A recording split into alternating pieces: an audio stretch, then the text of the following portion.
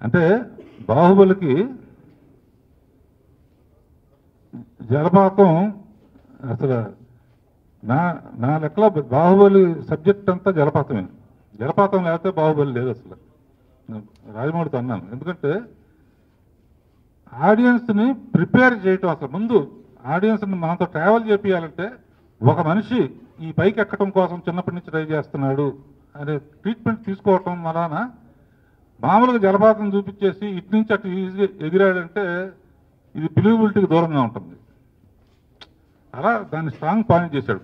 But ఇక్కడ ఏంటంటే నేను అది ఇన్స్పిరేషన్లో తీసుకోలేదు, కానీ మీరు టాపిక్ ఎత్తావు కాబట్టి దాన్ని ఈ విషయంగా సందర్భంగా లేకపోయినా కూడా చెప్పాను.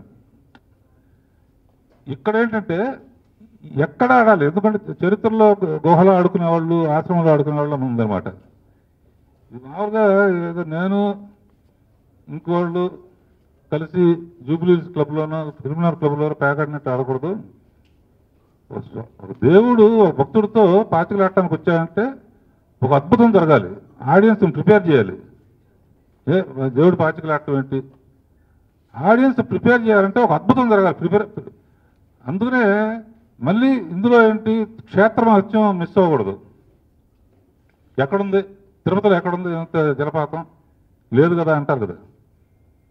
అందుకనే ఫస్ట్ షాట్లో ఒక దారలాగా పడతా స్వామి అలా చూడంగానే ఒక పెద్ద జలపాతంగా తయారవటం, ఇవన్నీ బాహుబలిలో లేవనుకుంటా. ఆ ఐడియా వచ్చిన తర్వాత అందులో ఆడతా. అందుకోసం ఏం చేసామంటే సినిమా బిగినింగ్లోనే ఆ సీన్ తీసేసాం. ఎందుకంటే 7 నెలలు చేశారు పాపం. హ్యాట్స్ ఆఫ్ అళగర్ అనే టెక్నీషియన్ చేశాడు చాలా అద్భుతంగా. సివి రావు గారు వీళ్ళందరూ గ్రాఫిక్స్ సైడ్ మట్టుకు ఫైర్ ఫ్లై వాళ్ళు కానీ మిగతా వాళ్ళు కానీ అందరూ మేము అనుకున్న అద్భుతంగా ఇచ్చారు. అంతేగాని బాహుబలి ఇన్స్పిరేషన్ కాదు, ఎక్కడ ఆడితే బాగుంటుందనే ఆలోచన, ఒక అద్భుతం సృష్టించాలి అని అందులోంచి వచ్చిన ఆలోచన అన్నమాట.